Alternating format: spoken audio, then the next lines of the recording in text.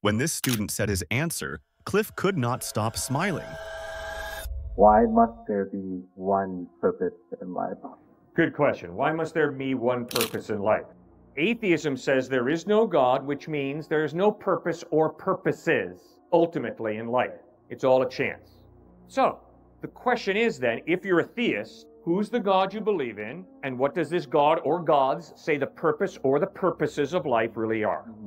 I suppose at the moment right now I am not a theist, but I guess the question is, if I don't see that there is evidence for a God to exist, why is it an impossible thing to have no purpose in life?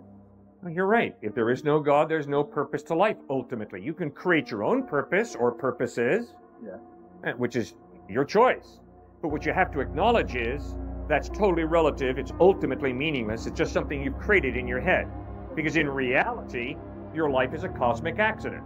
That's reality. So then, as Albert Camus pointed out, the only question modern man must answer is, why not commit suicide? Why continue to suck wind? Why? Well, I suppose because maybe people put this question off until very later in life. Thank you so much. That was beautiful. That was awesome, man. Because I don't want to think about the deeper questions of human existence. So I will put those deep questions off till later on in life. That is beautiful. Pretty sure many people around us have maybe a slight inclination to do so. Exactly.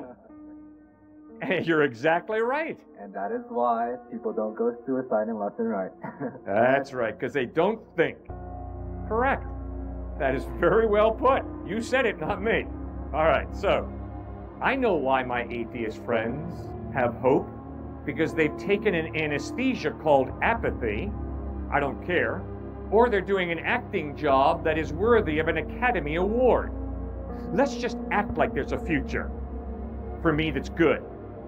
Let's just pretend.